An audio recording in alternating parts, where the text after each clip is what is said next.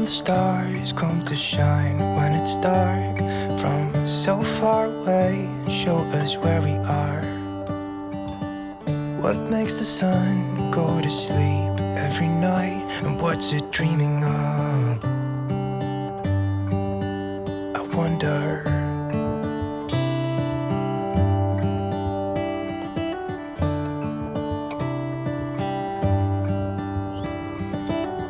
How come the sky sometimes has... So I've known for a while that this area has been here, this beautiful reserve in my suburb.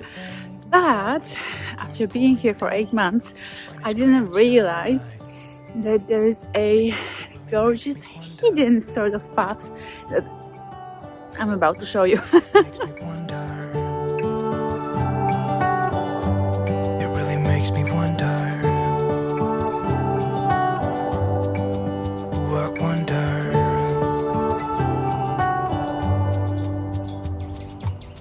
How come the trees gets undressed when it's cold?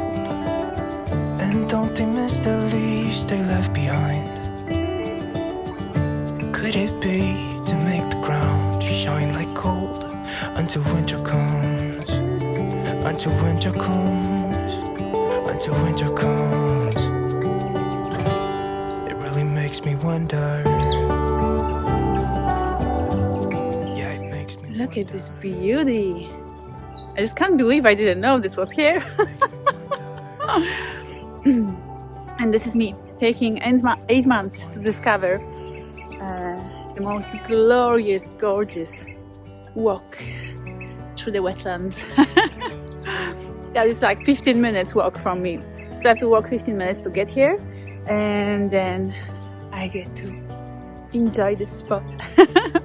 Go for a walk here, and then get back home. Oh, glorious. dark from so far away and show us where we are. It really makes me wonder. Yeah, it makes me wonder.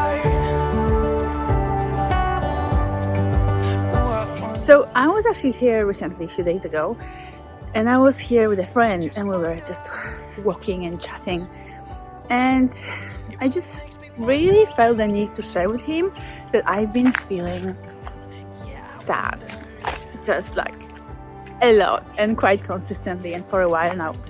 And this is so bizarre for me because I used to always think of myself as a really joyous person. About five years ago, somebody actually asked me about my sort of defining emotion, or like a primary emotion in my life, and it was just a no-brainer to me. Like, I knew straight away it was joy. Like, that's just what my life was about. Being joyous. I'm really proud of that, and I've cultivated joy for so many years in my life, and it makes me feel amazing, and I feel like it's very enriching to myself and to people around me. But that joy seems to have left me. The council has very thoughtfully put some bird watching cabins here. So let's see what it's like inside.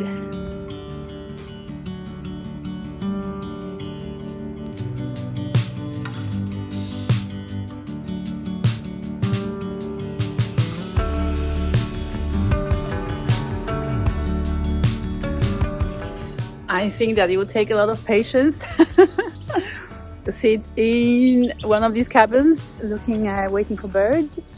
And I've already seen a few just walking around, so that will be probably my preferred way to watch birds. But maybe when you sit there for a long time, you get to see some really spectacular beauty in the birds world. Who knows?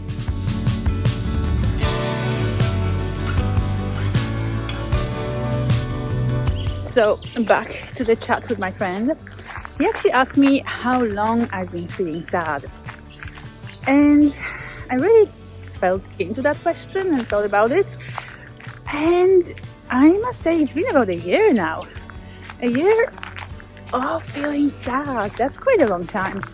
And because it's been kind of so long and consistent in my life, I kind of couldn't keep doing what I used to do. So whenever I used to be sad or frustrated or angry or any of those negative emotions, I would kind of like scramble to work myself out of it. I would do everything I could to get out of the sadness.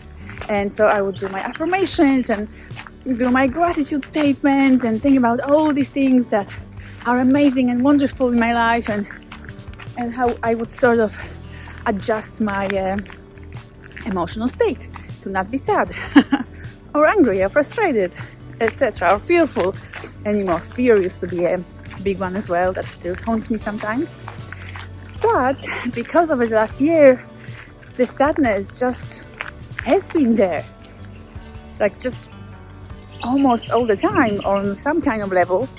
I couldn't just keep getting out of it as easily. So I had to sort of start accepting it, and I had to start feeling my sadness and being with it.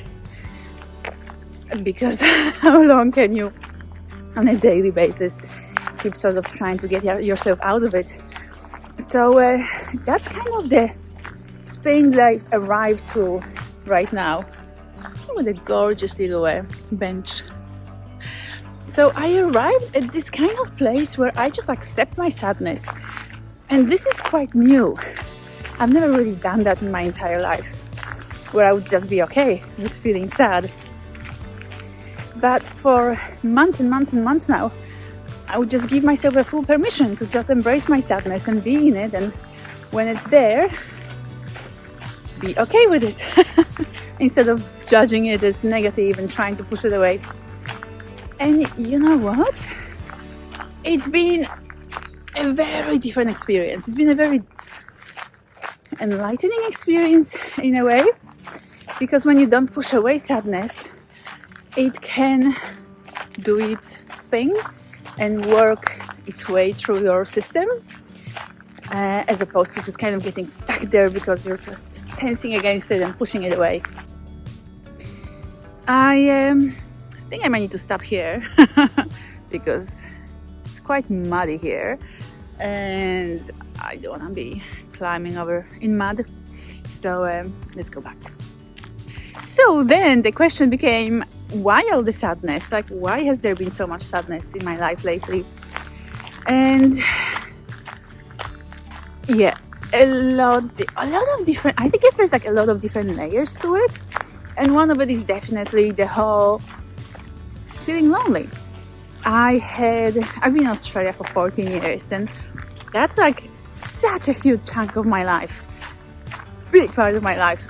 And when I was living in Melbourne, I spent there over 8 years, I was having the time of my life. Like, Melbourne is amazing, and I know so many people there, and I had a community there, and I just felt really amazing and embraced by people and connected to others and really growing, you know, in the embrace of my friends and community, and that's been amazing.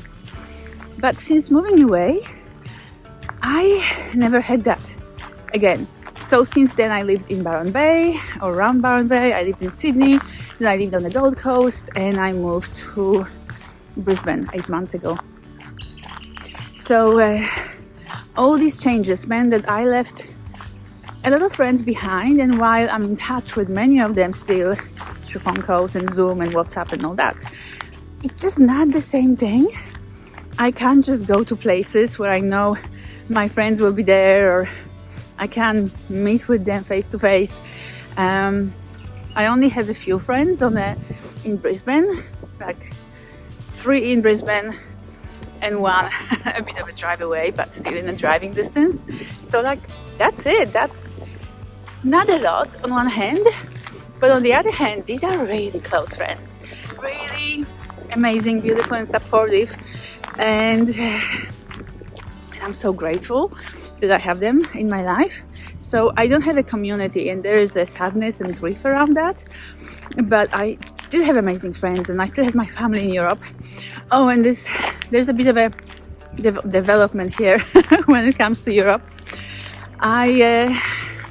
If you've been following me for a while, you're aware that I've been thinking of moving to Europe next year, to Italy. I actually, since deciding that, I've been struggling a bit with that decision because I do love Australia. I do love being here. I do love how gorgeous this place is and how easy life is in Australia and how convenient and how warm it is. It's just like, it's so easy to live in Australia. It is such a human-friendly place. Except for the little creatures that want to kill you, but they're not so keen on killing you anyways. So I've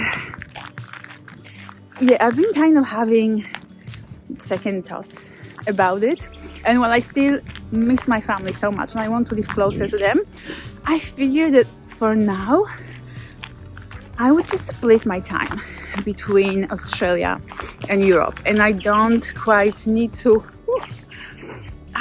to leave Australia. I don't need to say goodbye to this gorgeous beauty and this amazing lifestyle.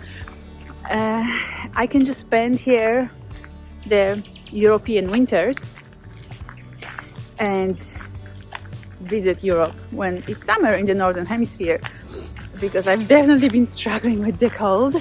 That's another sort of thing that gets me down emotionally, is when it's cold, it's raining, it's dark. And I've lived in Europe for many, many years, so I know how bad the winters in Europe can get. So the thought of actually being there for 6 months while it's winter, a little scary. But because I have this freedom to be wherever I want to be, I don't have to be here or there. I don't have to be in one spot. I am free geographically speaking. I can just split my year between Australia and Europe and get the best of both worlds, and maybe not ever go through winter ever again. This might be my last winter in my life, who knows. So I spoke to my family and they're very supportive, and I was a little worried how they would respond.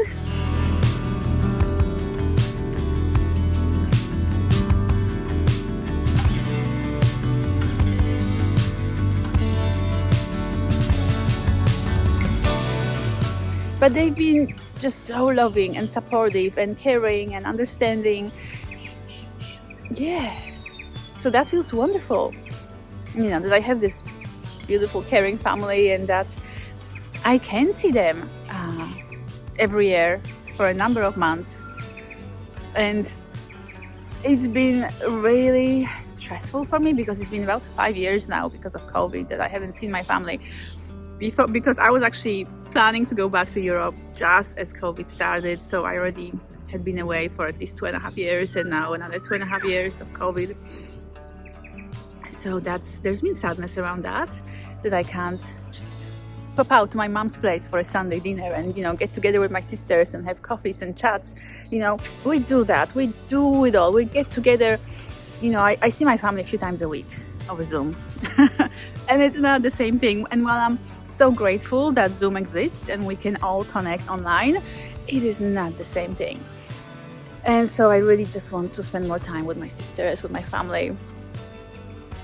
So, because at this stage I'm not going to move there in March the way I was planning to do, I figured that I would go there maybe in May next year and go for the European summer and escape Australian winter. And because that moved my plans away by a number of months, means that I won't see my family till May, I figured, how about I just pop out to Europe like now, soonish, as soon as I can find some kind of affordable flights. So I actually booked my tickets and I'm going to Poland in late September. So 2 months from now, I'll be landing in Poland, and I rented a car as well. So I want to just go on a tour all over Europe and have fun with it and see different places, and I'll be definitely vlogging that, so that should be amazing. I definitely want to see Tuscany, so Italy is definitely the place that I've been wanting to explore more and see more of. So Tuscany is definitely on the to see list and to do list. But there's other, like I wanna see my sisters, and go to their places, and drive a bit through France, and probably Spain, and go to Belgium and the Netherlands and Austria. I have a really good friend in Austria, so yeah. That just makes me feel better that I can do that. But kind of all of that brings me back to the whole topic of sadness. Between feeling lonely and disconnected from my family and missing them, and I guess there's a deeper part there. So, and this is something that many of you have been noticing. Like, I've been getting sometimes comments on my videos saying, "Oh, you look sad. Why do you look sad?" And typically I haven't been really addressing this topic before, so I haven't been talking about the sadness. But I just want to address it. I want to say it's okay to feel sad. I'm a human being. Sadness is one of the, emotions that we feel. And it's okay to feel sad.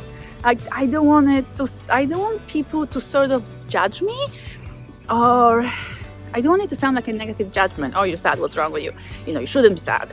Well, why? I'm a human. I should be sad. I should be happy. I should be worried. I should be frustrated. I should be joyous. I should be ecstatic. I should be blissful. I should be all those things, including what we call negative, which is to me just like a whole range of emotions that it's okay to feel. So, yes, I do get sad. And there is a bit of an existential sadness there, I guess. And what I mean by that is, because I've been traveling for so many years and leaving one place, going to the next, etc., I guess I still feel like after so many years of living my life and trying to look for something, happiness, I guess, I still feel like I just do not belong anywhere. And there is a sense that I'm failing life. And what I mean by that is, I know that the most happy and satisfied people in life are those who have the most quality connections with significant people in their lives. Like, those significant connections is what is at the root of a happy, fulfilled, amazing life. And while I have a family in Europe that I'm very close to, and I have friends, beautiful friends all over the world, because I just keep going to new places and leaving my people behind, I feel like I am failing on that level of creating and maintaining these quality connections, because I'm not there. Like, you have to be physically there and meeting your people to really nurture and cultivate these connections. And while you can also do it through Zoom and online, like I said, it's just not the same thing. So I have all the yearning for this amazing, magical, happy, connected life where I'm surrounded by people that love me and that I love, and that we care